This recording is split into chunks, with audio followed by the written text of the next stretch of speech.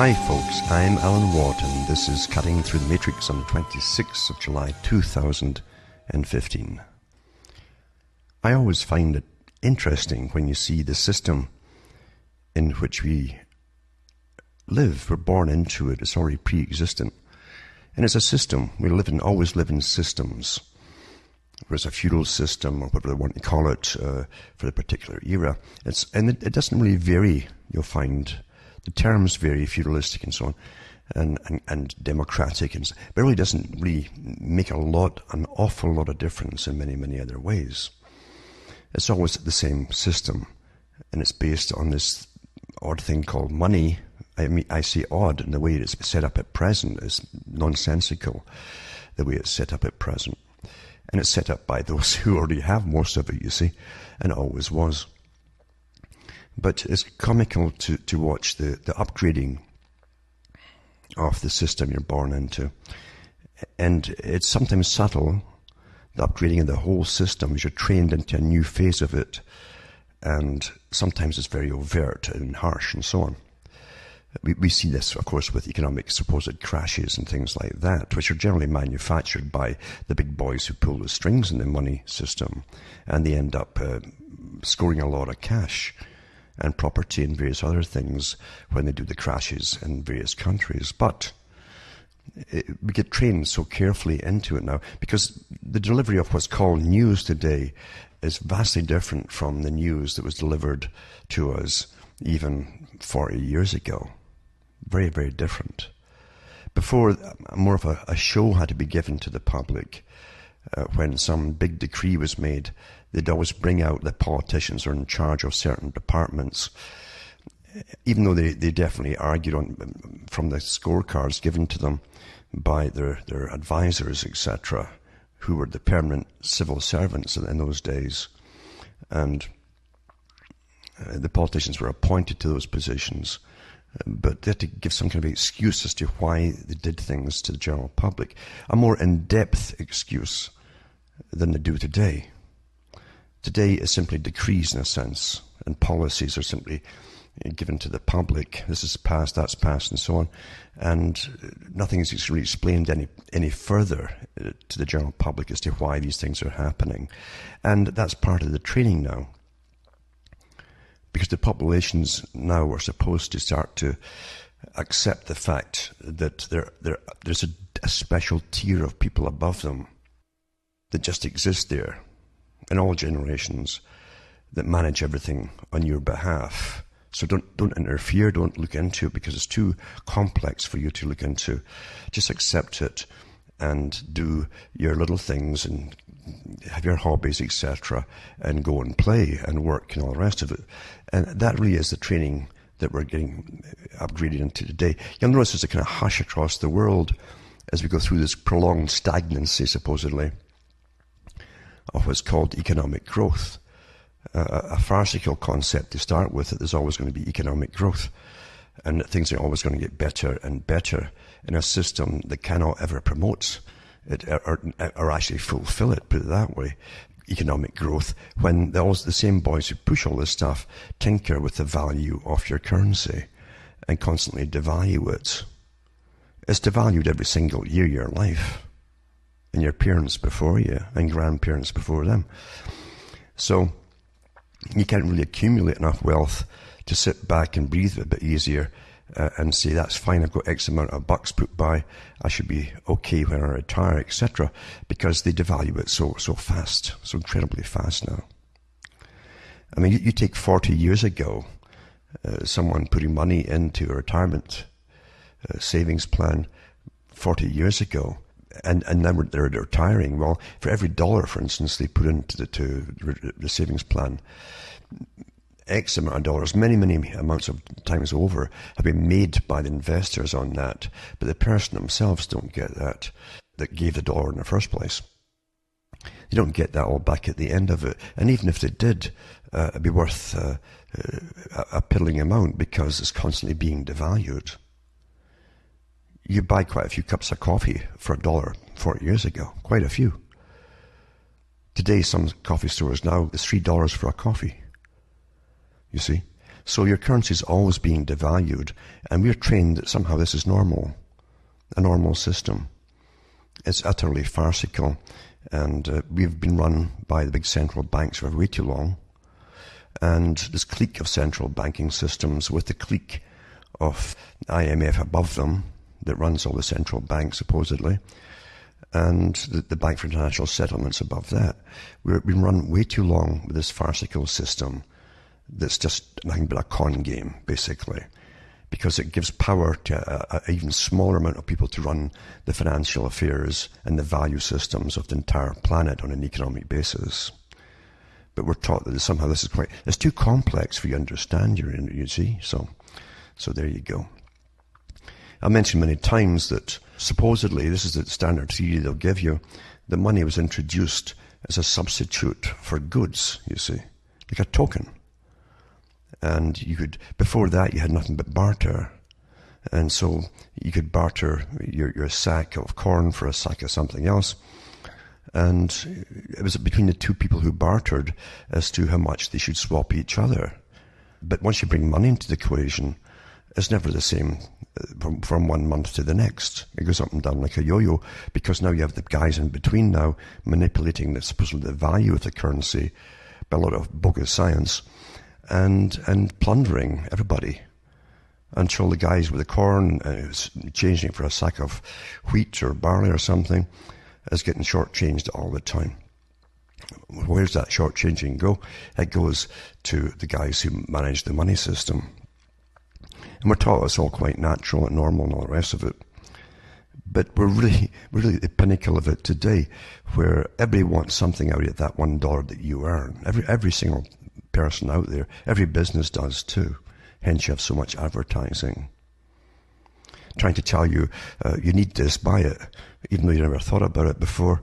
It's all done in whim and fancy. But even with the limited amount of money that people have today, most folk across, say, the US, Canada, and other European countries, the limited amounts of income they have today, as far as purchasing power goes, they're really limited, and they can't afford to buy very much at all now.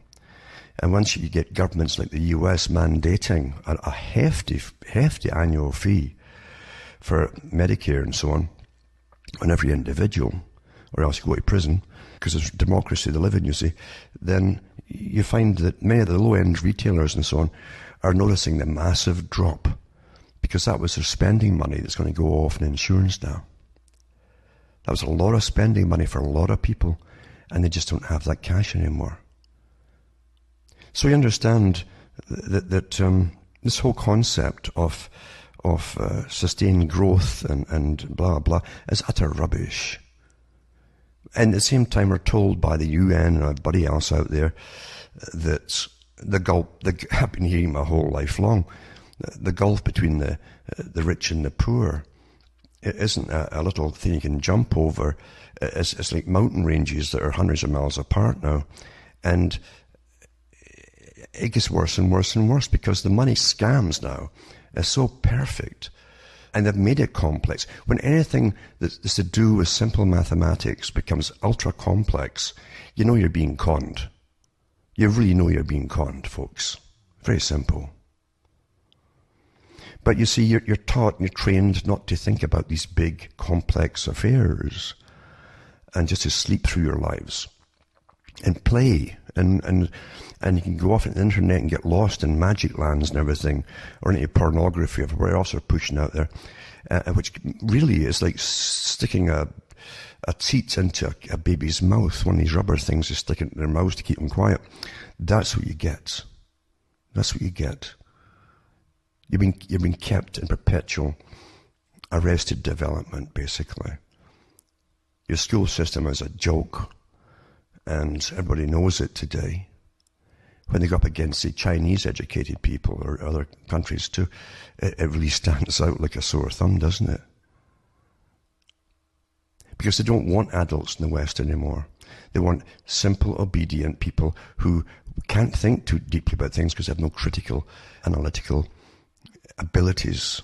They haven't been trained. It's been drummed out of them, in fact, if they had it at all, if it was innate. And they can't figure things out. So they just simply go and play. Say, yep, there are special people who do manage the world, and it's too complex for me to understand. I'll just go and work and play.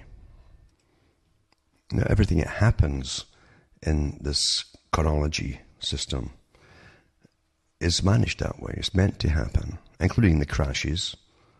We've had expose in the past from various sources to do with different bigwigs or big money managers who play the stock market and crash countries' economies, like George Soros, and get away with it because they make sure that their boys in the law side of things never change the laws, so they can do it over and over again. And again, we're taught this is normal. We watch millions of people losing their homes over the banking scams, utter frauds going on, of pure, utter greed and chronology again, as mortgages were flipped and flipped and flipped and upped in price and sold off, just like bonds, and eventually it all crashes. But the money went somewhere, it didn't go to money heaven.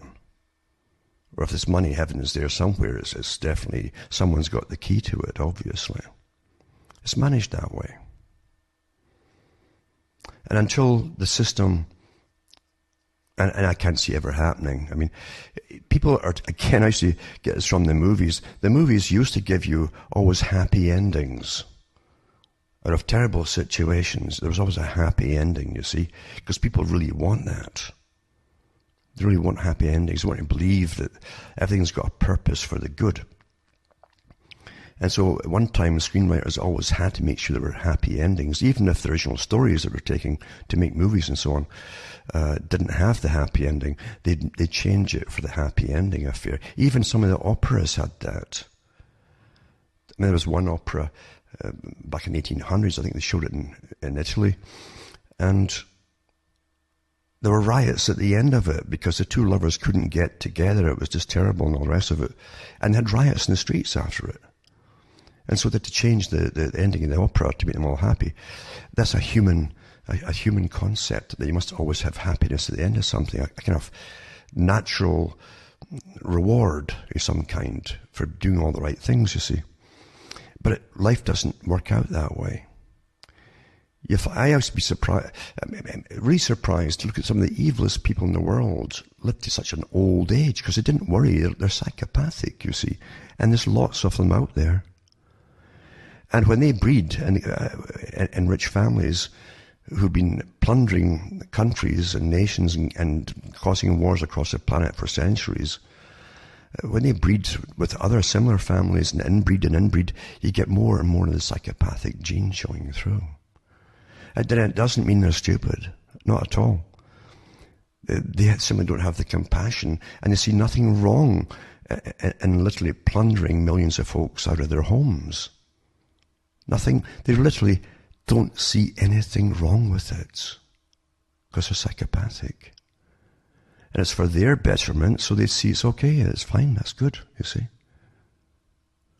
We also have when you're run by psychopaths, the psychopaths give you a psychopathic culture to follow. That means that you may not be a psychopath, but you have many of the traits, you'll foster many of the traits in yourself. As you say, I want to get up there, I want to be a winner, etc., etc. And you start to grossly and perversely admire extreme wealth. And therefore you'll start to do things which you know you shouldn't do. That's the difference between you and a psychopath. You feel a bit of guilt or something there that you know this is kind of wrong, but you'll still go ahead because you've got this idea that if you win, then somehow you'll be acclaimed by the people themselves, this amorphous thing called the people. And it's true to an extent, because the public are kept down at the bottom, have two ways out of things. You know, they either rob a bank, or they win a lotto or a scratch and win ticket, you see, to get cash, because they know they're never going to get it by their hard work. That's a system we think is normal. And the whole population, therefore, are psychopathic in their culture, because it doesn't matter What tyrant gets up there who becomes stinking, ultra rich,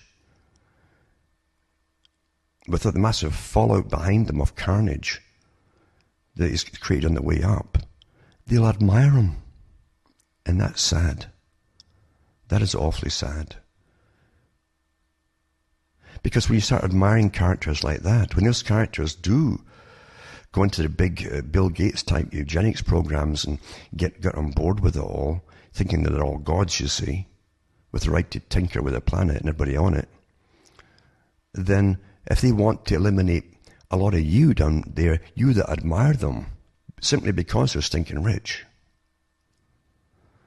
then you will then convince yourself, well, I guess he could go and annihilate me because I'm really nothing. I'm really nothing special. So I guess he's got the right to do that. You understand? You keep belittling yourself as you keep elevating these tyrants up there. And don't think for a minute they get up there by hard work. It doesn't work like that.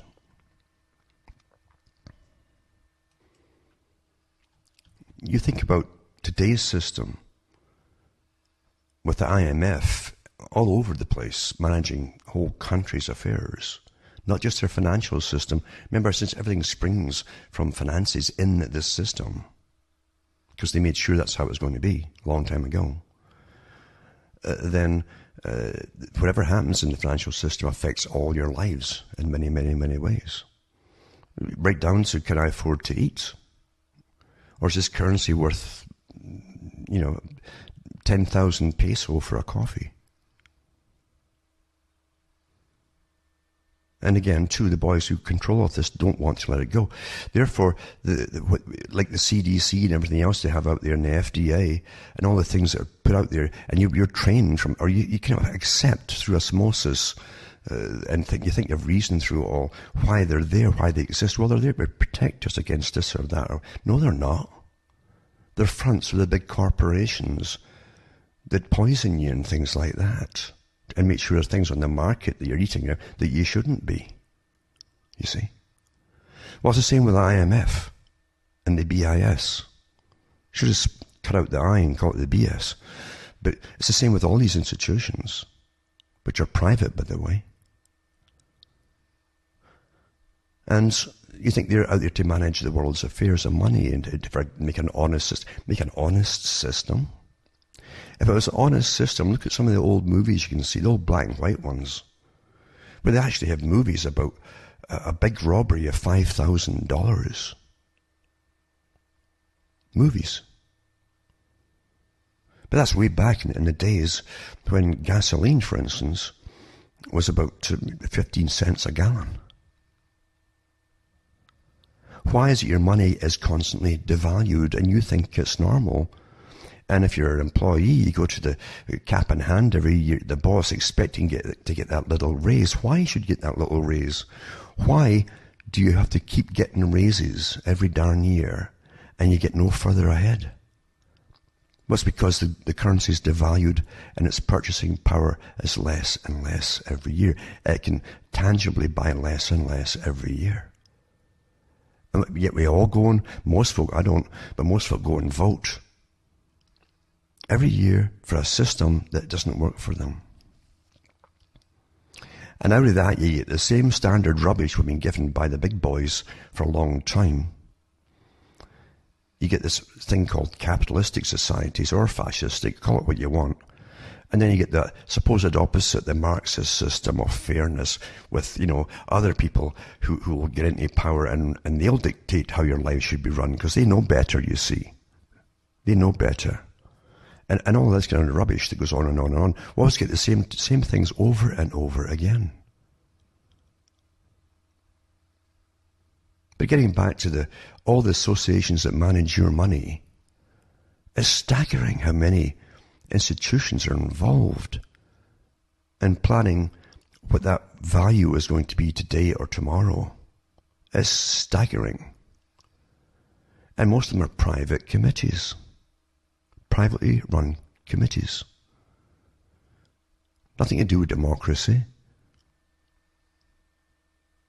But they literally scheme and plan to wreck whole nations' economies. while they profit off all and have those nations under their thumbs. We've already seen how many of the countries that joined the euro, supposedly according to their population and their gross domestic product nonsense, etc., had to have X amount of bucks and ability to produce to join the European Union. Something that nobody wanted except the guys that planned it all. And they brought in some of the biggest banks off the planet to assess some of the countries to see if they were eligible to join the Union. And that's what happened with Greece, like they did with all the other ones too. But you see, I'm sure that the plans for Greece were done long before you even heard of the European Union.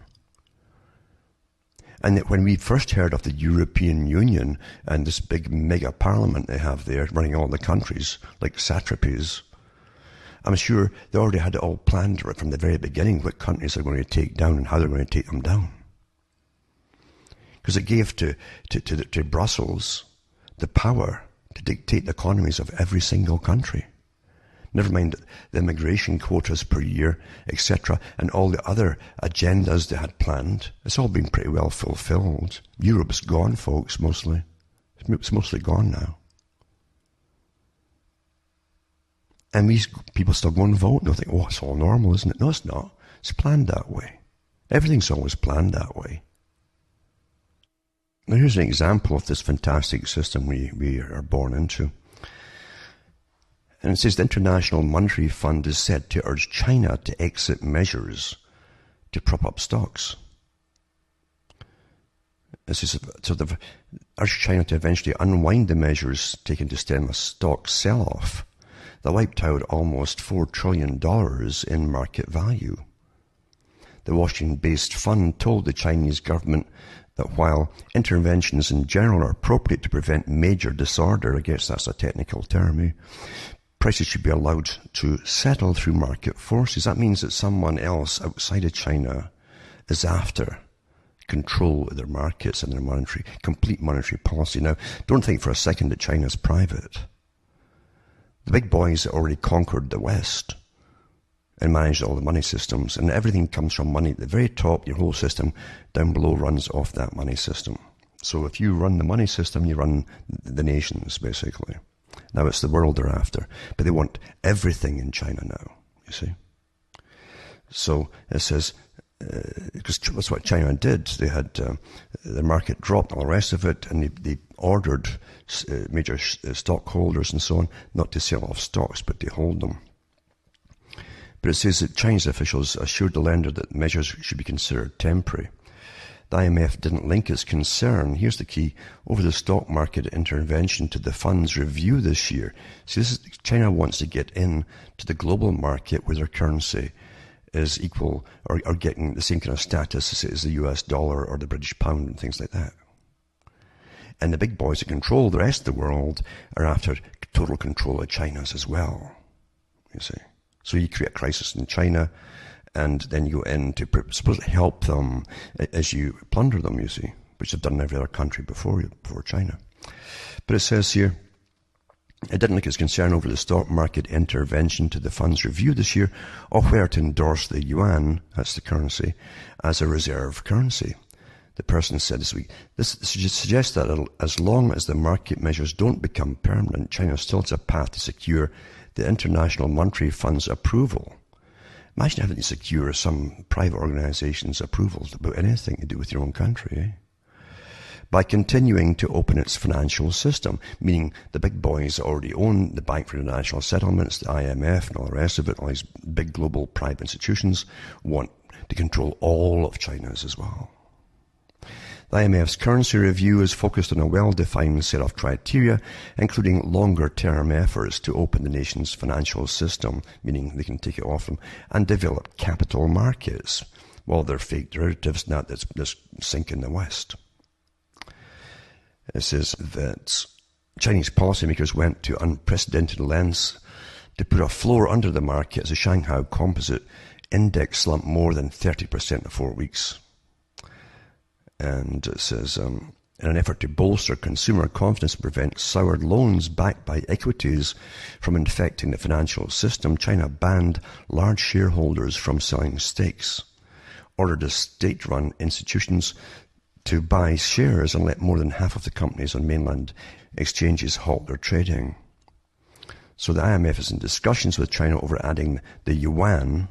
So there's some kind of deal here. If you want the yuan to be floated in the world's currency, like other currencies, then here's the deal. And it's not happening by itself, folks. So it says it wants the special drawing rights, you see, which is the same thing as the British pound, the dollar, and all the rest of it. The extent of China's market intervention prompted some analysts to speculate that it would hurt the yuan's prospect of winning inclusion in the reserve currency group. The yuan's chances dropped as a result of the market slump and government involvement. So anyway, all means basically this big economic game is going on by the big guys that really run the stock markets at the top. They own it all. Not the little guy at the bottom that follows all the wolves at the top, but the guys at the bottom who think, well, I'll follow so-and-so, he's a winner. Well, that winner always gets out just seconds before that particular thing is intended to crash and you lose it all. You see, it's all rigged because the guys at the top of the 200-odd families literally run the whole stock market system. They slush billions each every day across the world in the stock market. And then you get this, you see. You understand, if you go back in history, just go back in history, even a few hundred years, and you'll see the same rackets to do with money and those that manage it at the top, creating big balloons, basically, of fake money and credits and all the rest of it, and crashing economies over and over and over and over again. And they never change the laws to stop them. Then they give you, just like the FDA is there to help you eat good food, and all that kind of stuff. And the drugs are taken, it won't kill you. Meanwhile, the board of the FDA basically is made up of folk who either have worked with all the big pharma companies or they also go back in and out like a revolving door between the FDA and pharma constantly. But they give you the BIS, Bank for International Settlements. It's there to help you, the Bank for International Settlements. Yeah, sure. It says the world is defenseless against the next financial crisis, warns the BIS. If that's the case, folks, it was planned that way. Big plans are always afoot, because economic warfare is a very old tradition with these guys, these racketeers. It says the world will be unable to fight the next global financial crash, as central banks have used up their ammunition trying to tackle the last crisis. The Bank for International Settlements has warned. The so-called Central Bank of Central Banks launched a scratching critique of global monetary policy in its annual report. The BIS claimed that central banks have backed themselves into a corner after repeatedly cutting interest rates to shore up their economies. These low interest rates have in turn fueled economic booms, encouraging excessive risk-taking. Booms have then turned to busts, which policymakers have responded to with even lower rates. Claudio Borio, head of the organization's Monetary and Economic Department, said persistent, exceptionally low rates reflect the central banks and market participants' response to the unusually weak post-crisis recovery as they fumble in the dark in search of new certainties. It's all planned that way. We're always being plundered. I've said it so many times that the big banks in concert and the boys above them, and that's not your local little street banks and so on, these are the boys at the very, very top. They plan this in concert and they plunder nations at least twice a century. And they used to call that depressions. Now they won't use that term, they call it recessions or a slowing off the economy and all these farcical terms they use. You see. So it's the same thing over and over. That's all it is. Same thing over and over as they enrich themselves at your expense.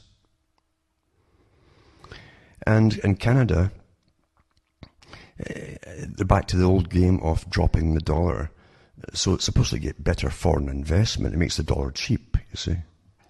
So the currency that you have to live on, you have no option but to live on it in your country, it goes up and down like a yo-yo, because some guys at the top, and you generally don't even know their names, most folk don't even know who they are, decide to devalue it, you see. Which again makes it more expensive for you to buy things back home in your own country. Your basic commodities and food and all the rest of it. And then everything goes up in price because you need more of that paper or blips on the screen, doesn't matter which you use basically. You need more and more of it to try and get the same thing, just to survive. And we call this sanity. What a farce, eh? But anyway, the Canadian dollar drops to its lowest level since 2004. Have you noticed everything is from Planet X nonsense to everything else that's out there? Everything's or planetary catastrophe through climate change.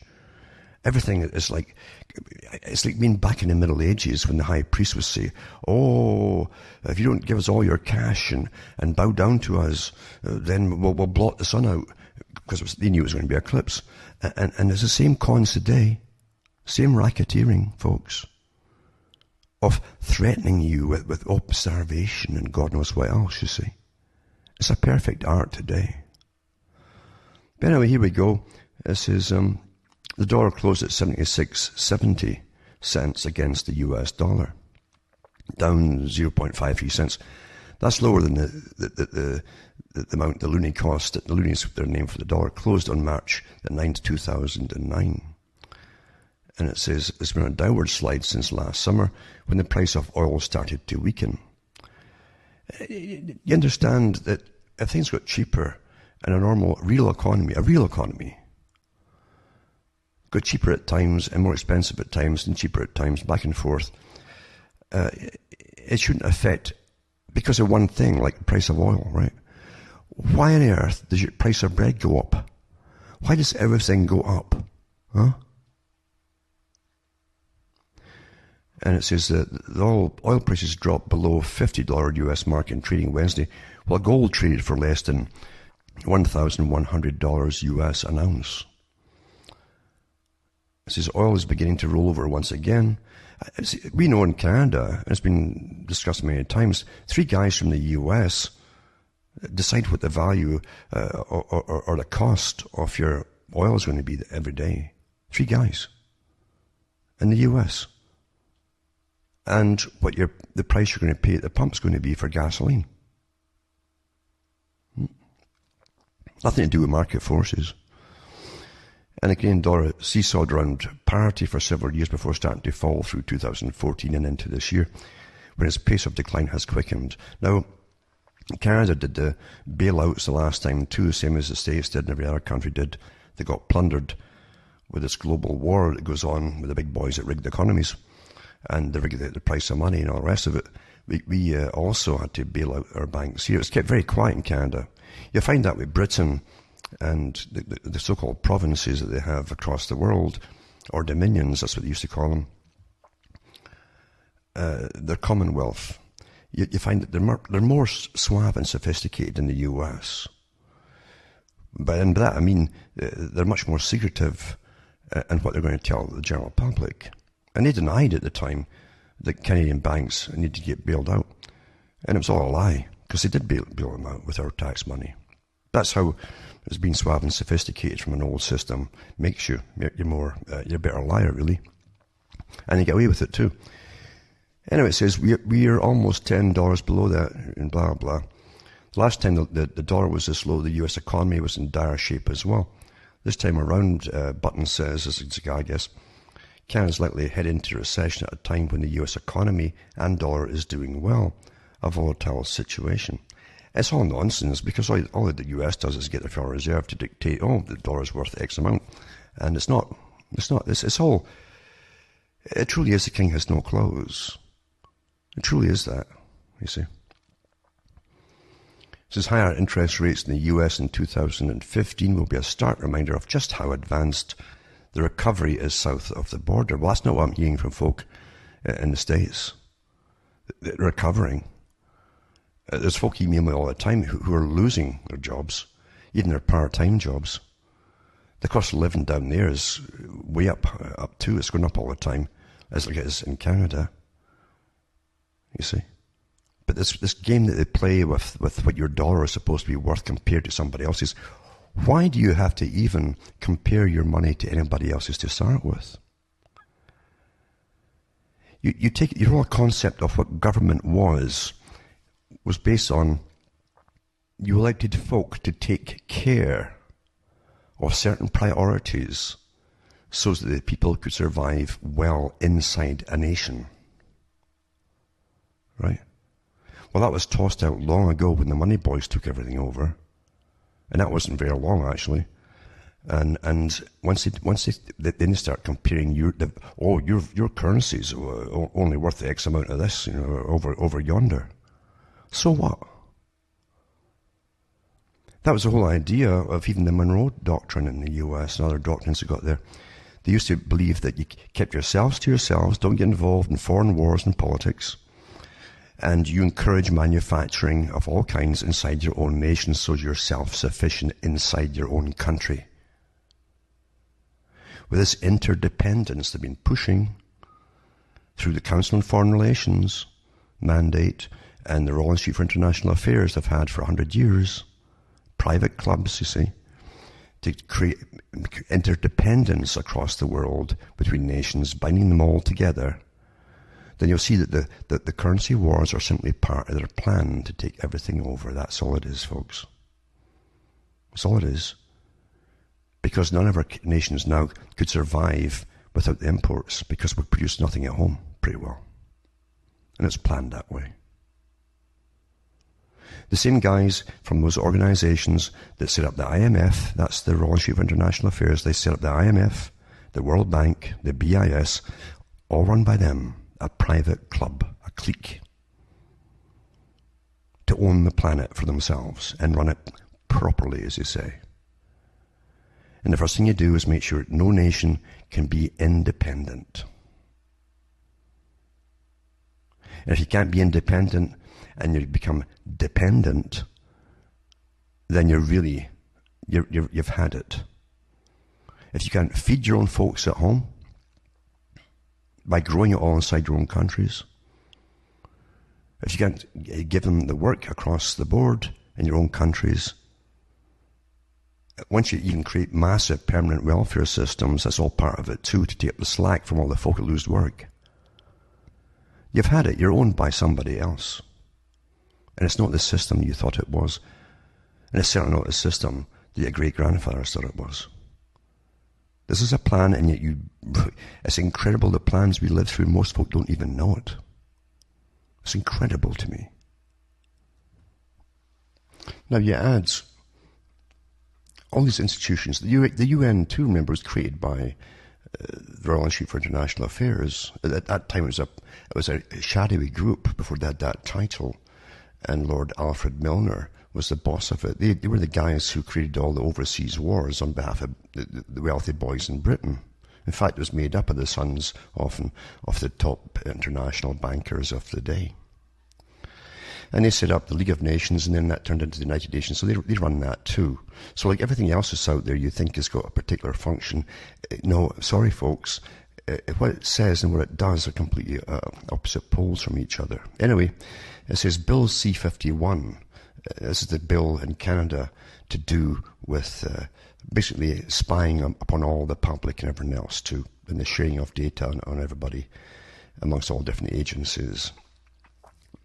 And they go to the UN with the objection to it, the folk who aren't happy with it, you see.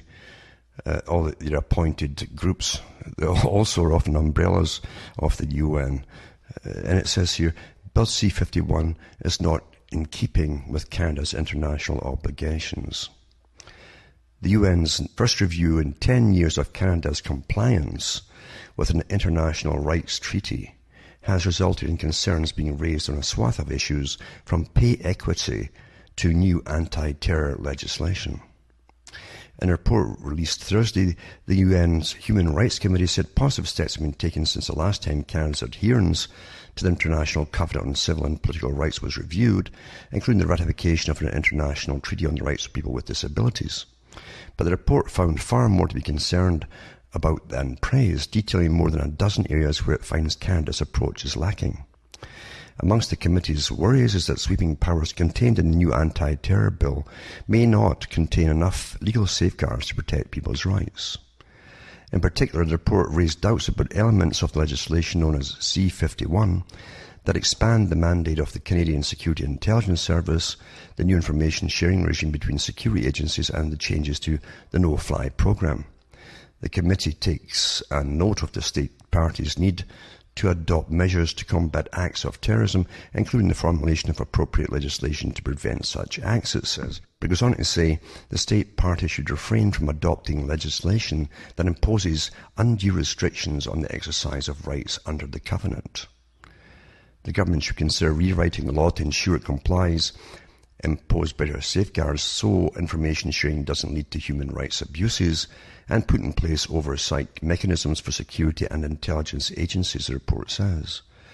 Concerns raised by the committee mirrors the position of a number of civil rights organisations who appeared in Geneva earlier this month to present their perspective to the committee on how well Canada is meeting its international obligations. Now, what's an international obligation? It's all these different treaties and everything. Nobody gets to vote on any of these things, remember. None of the citizens do.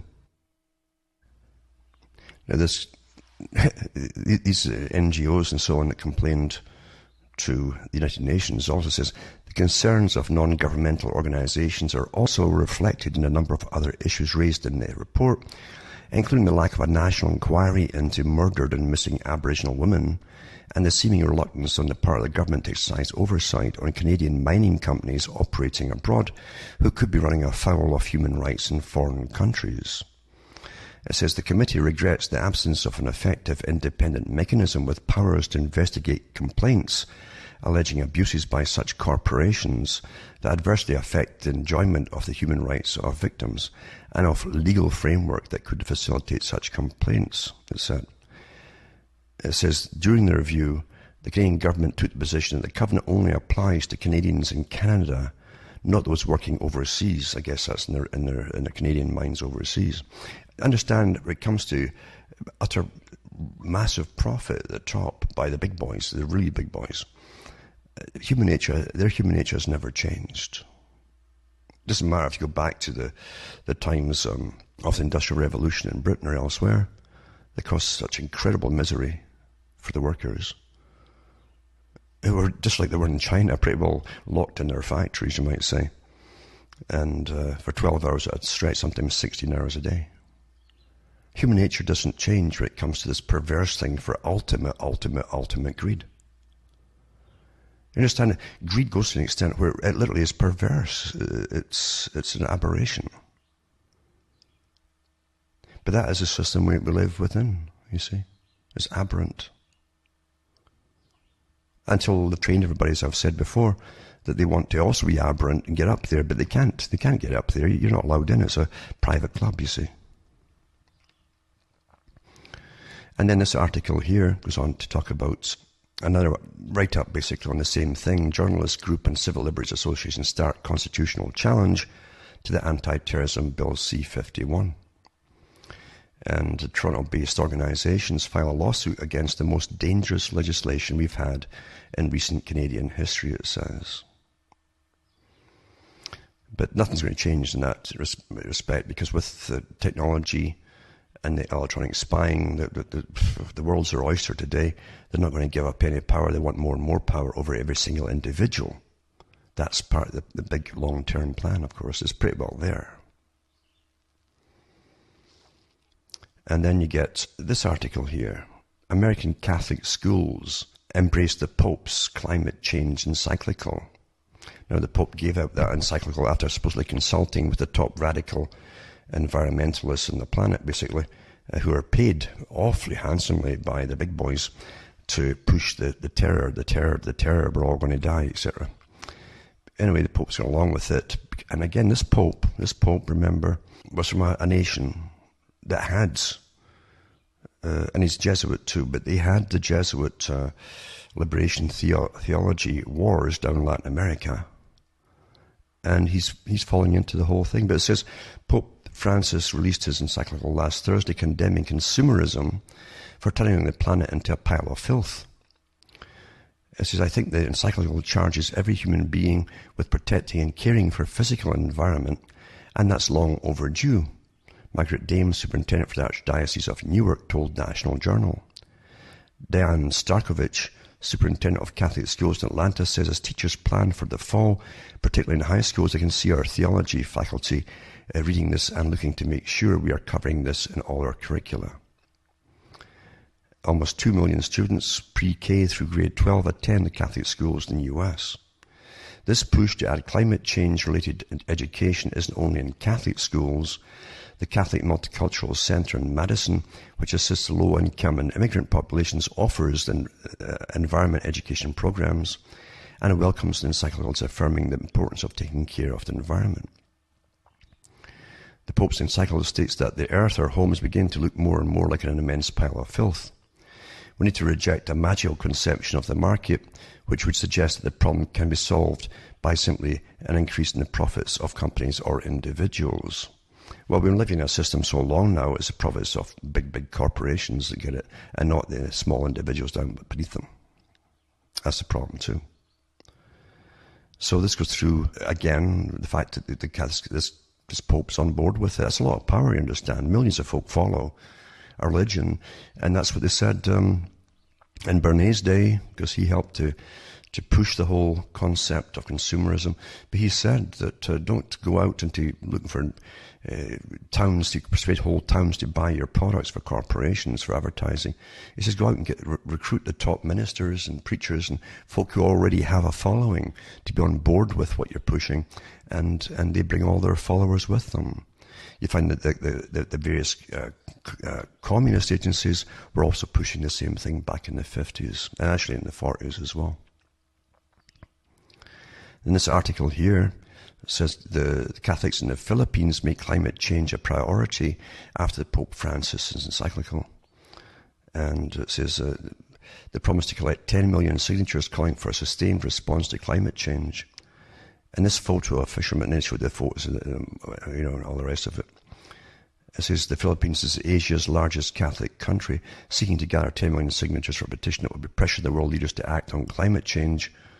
It says, after a scathing encyclical from Pope Francis in June, where he warned that planets begin to look like an immense pile of filth, religious leaders from Manila have pledged to gather more signatures for the Catholic climate petition, which they are going to hand to world leaders in Paris in November.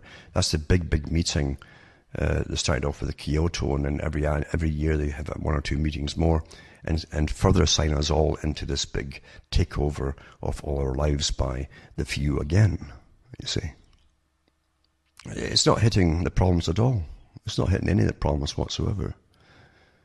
And you can't go back into some medieval system where the Catholic Church was at its pinnacle. You can't go back in time to that era either, because that was a feudal system. Folk didn't know what democracy was. If anybody came up with the idea, then they'd have been slaughtered. And this article here also says, naive and out of touch. Leading evangelical bishop slates the Pope's climate change encyclical. A leading evangelical Church of England bishop and a Labour member of the House of Lords have criticised the Pope's encyclical on the environment as a naive document that hankers for a lost world. The Bishop of Chester, Dr. Peter Forster, and Labour peer Bernard Donoghue, a lay Catholic, said Pope Francis' landmark document is an idealism that longs for a world where cats no longer chase mice and species do not kill and eat each other or become extinct. The Pope said in the encyclical that the world risks becoming an immense pile of filth, blah, blah. Then it says, Dr. Forster and Lord Donoghue challenged this pessimistic view. To us, encyclical is coloured too much by a hankering for a past world prior to the Industrial Revolution, which is assumed to have been generally simpler, cleaner and happier. There's little historical evidence for such a vision, and for most people then life was brief. Most people, it's true, the rich wasn't. Painful, poor, and even brutal, they say in a paper for the Global Warming Policy Foundation. In particular, they criticised the encyclical for its negative view of capitalism. And you find, too, that this Pope, it goes back to the old con again.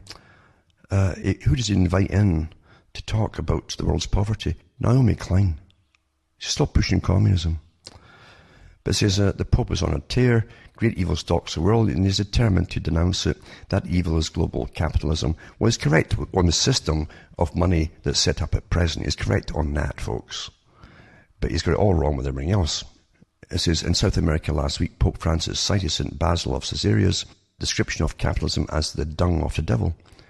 Capitalism has made men and women slaves to greed and has spread death, destruction, and poverty throughout the world. Global capitalism is a colonialism of our time. Its agents are rapacious multinationals, international loan agencies, and certain free trade treaties which only enrich the 1%. Well, that part is true. That's true. Human beings and nature must not be at the service of money, the Pope said, because that economy destroys the earth. It destroys us all, actually, if it's just utter, pure greed, doesn't it? It says, as one observer said approvingly, he sounded like Naomi Klein in a cassock. Indeed, it seems Miss Klein and the Pope are new BFFs. The Vatican invited her to speak there after it published its new encyclical on climate change, which called for an ecological conversion among Christians and non-believers alike. Both Miss Klein and the Pope urge us to abandon industrial capitalism to save the planet. Miss Klein is thrilled to have the pontiff on side.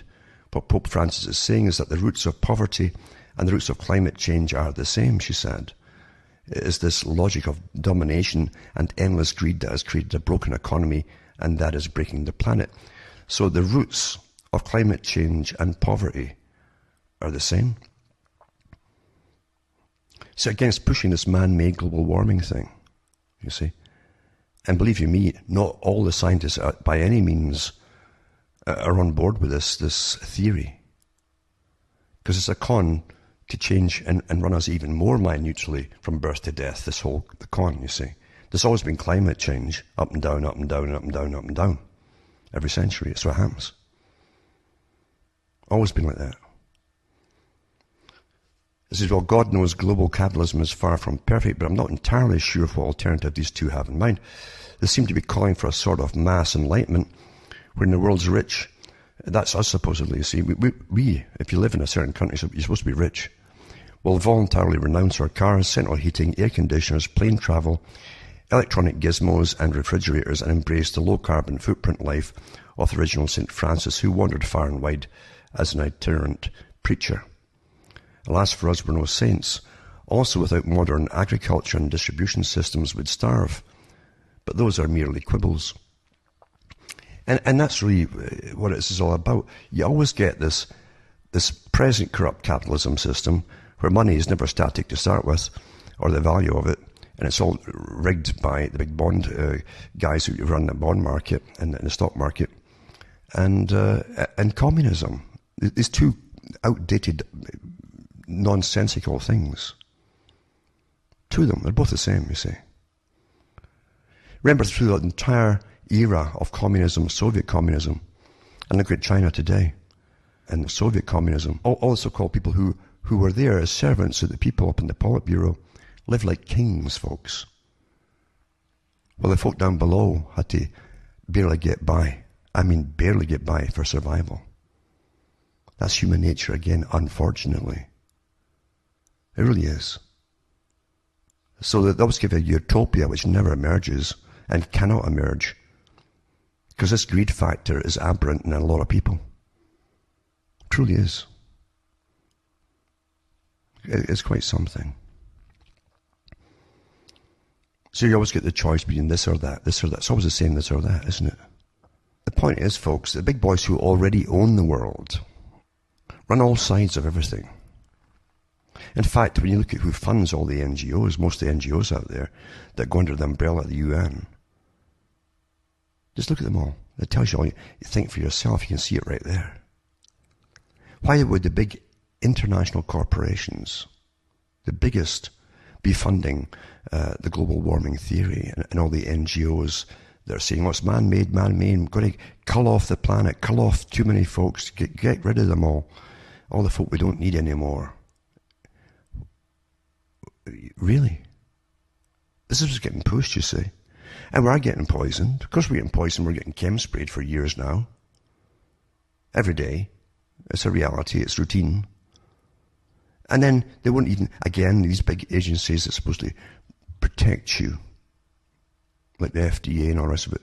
The US House of Representatives passes the anti-GMO labeling law. Why? Because they love you. So you're not allowed to know what you're eating anymore. They won't allow anybody to label, mandatory labeling of food made with GM produce. So it passed the bill. It says it blocks any mandatory labeling of foods made with genetically engineered crops, including preempting a state law set to take effect next year in Vermont. It's dubbed the Safe and Accurate Food Labeling Act by supporters, but the Deny Americans the Right to Know, or DARK Act, by opponents. The measure was approved by 275 to 150, with 45 Democrats voting for the bill. They're there to help you and protect you, are they? Oh, for God's sake, stop voting now. Get out of these party nonsense things. Wake up. Wake up, folks. Because this con's been going on forever. And it's getting worse and worse and worse. And we're getting sicker and sicker and sicker, as you well know. Not healthier and healthier. So, we're getting poisoned, basically, from many different quarters. Many different quarters.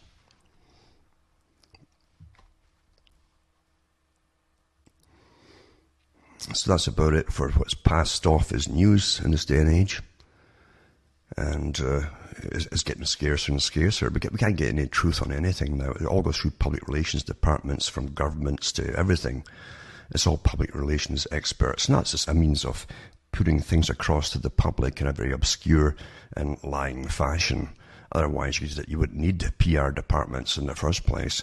And if all the different departments were be honest with the public, you wouldn't need them, would you? Very simple, isn't it? But we truly live in a world of illusion, and we're trained to believe it's all so. Now remember, too, you can use the archive section at cuttingthroughthematrix.com website. Make good use of it. Lots of thousands of folk use it every week. And there's so much data in there going back for many years. And you can buy the books and discs at cuttingthroughthematrix.com, or you can donate and help me tick along here, because this is not what most folk go into things for. This is something that has to be done. That's why I say what I'm saying and talk about what I'm talking about. It has to be done, folks. At least to know and go out this world knowing things rather than being in the dark. From Hamish myself from Ontario, Canada, it's good night. May your God or your gods go with you.